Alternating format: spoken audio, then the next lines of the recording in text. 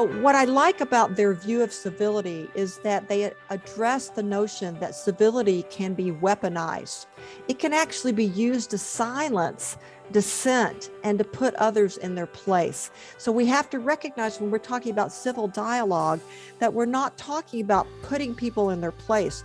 We're actually talking about creating an environment in which we're working and using communication to build on and help us have relationships that are healthy and to have communities that can work together towards change. And again, conversational receptiveness is our willingness to engage with the other.